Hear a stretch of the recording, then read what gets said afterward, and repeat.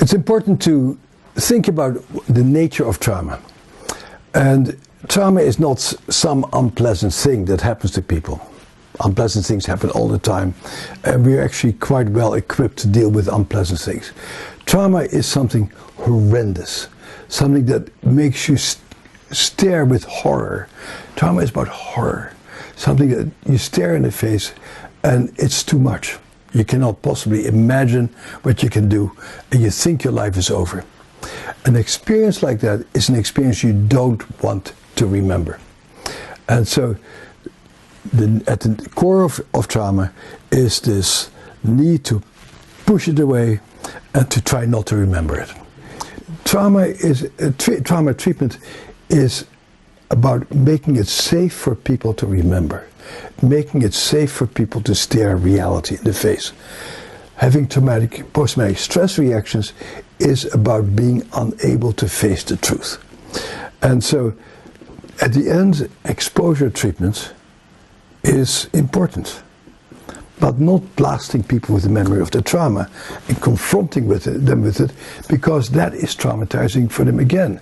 Now, we need to make it safe for people to observe what happened back then without them becoming freaked out and overwhelmed by remembering.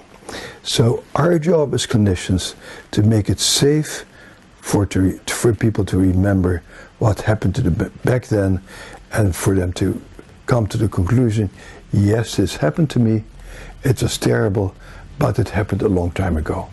And that's the core skill of becoming a trauma therapist, is the capacity to help people to safely remember.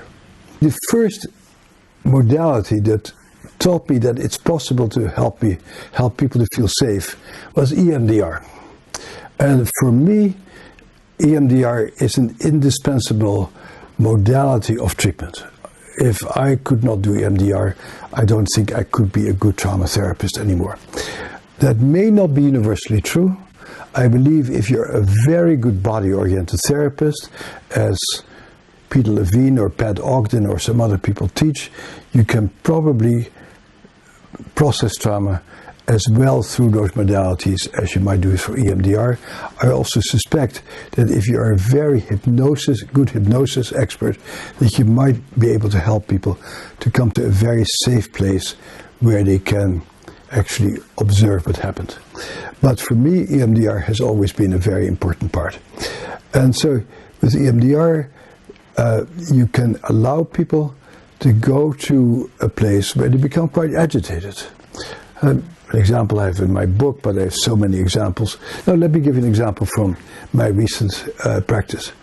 A guy came to see me from a local school here in Boston, where we have so many schools, who was crushed in a car accident. He was riding his bike and a car came from the side road, drove over him, hit him as he was riding his bike, and dragged him along, and the driver of the car was unaware that somebody was being dragged underneath her car. And in the process of being dragged, he lost most of a leg. A terrible thing. He walks into my office in crutches, looking terribly distraught. He's an athlete, and I feel like, oh my God, there's probably nothing I can do for this man because it's so horrible.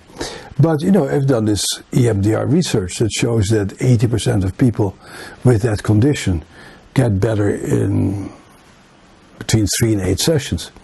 And so I have this data somewhere in the back of my mind, even though as a person, I can't imagine how this guy can ever overcome the horrors of that memory of what happened to him and basically the loss of his leg. And so I say, somewhat despairing in a way myself, let's do some EMDR. And we start doing EMDR, and I'll talk more about EMDR in the course itself. And as we do the EMDR, he at some point starts smiling. And I say, what do you get now? He says, you know, I was so strong. I was being dragged underneath that car, but I could hold on to the chassis of the car as I was dragged along. And if I'd let go, the wheels of this car would have driven over me, but look what a strong guy I am. And he recalled how powerful he was. So he himself came up with this image of power. Didn't come from me. His own brain was able to generate it. And that's what you see all the time in these good treatments, is that you liberate the healing power of people's own minds and own brains. And so I go on with the EMDR, and again, a little while later, he smiles again, or has sort of joy in his face, and he says, you know, I'll never play sports again because this leg is basically gone for me. But you know, that leg saved my life, because if that leg hadn't sort of held on, my pelvis would have dragged along the floor and my pelvis would have been destroyed and I would be dead by now. So I'm really very grateful for that leg, for sacrificing itself so I could be alive. You know, that stuff we cannot make up for other people. And so EMDR was able to liberate these creative forces in people's minds. And this is what we see in other treatments also, is that people come up with their own solutions. And all that we do is we're technically proficient enough to help people to find those solutions. So think about the impact that EMDR and helping people to just let their memories dissipate and become memories of something bad in the past, what that would do for your practice.